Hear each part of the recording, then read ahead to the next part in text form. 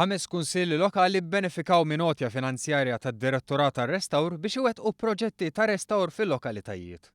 Id-Direttorat se joffri total ta' 300,000 euro permezz ta' skema li d-dettalji dwarha ngħataw mis-Segretarju Parlamentari għall-Gvern Lokali Stefan Buontempo. Buontempo kien qed jitkellem quddiem il-Knisja Kolleġjata ta' Bormla, post fejn bħalissa qed isir xogħol ta' restawr.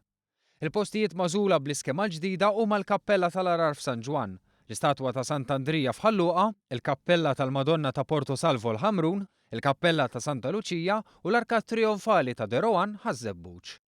L-għażla tal-5 kunsilli lokali saret minn fost 36 li applikaw għall-iskema li tipprovdi ħaddiema u materjal neċessarju biex isir ix-xogħol. Fost diversi fatturi li kienu meqjusa, l-għażla kienet ibbażata wkoll fuq ir-relevanza storika tas-sit propost tar-restawr. Buontempo qal li x-xogħlijiet ta' dan it-tip fuq binjiet u monumenti storiċi f'pajjiżna isaħħu l-identità tagħna.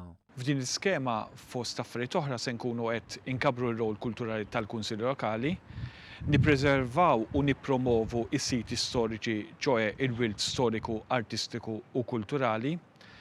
Meta jitlesta x-xogħol ta' restaw jiġbdu aktar turisti naturalment u naturalment ukoll inkomplu napprezzaw l-importanza tas-sena tar-restawr. Buontempo qal ukoll li l-Gvern għandu l-ħsieb li jniedi skema oħra ta' dan it-tip.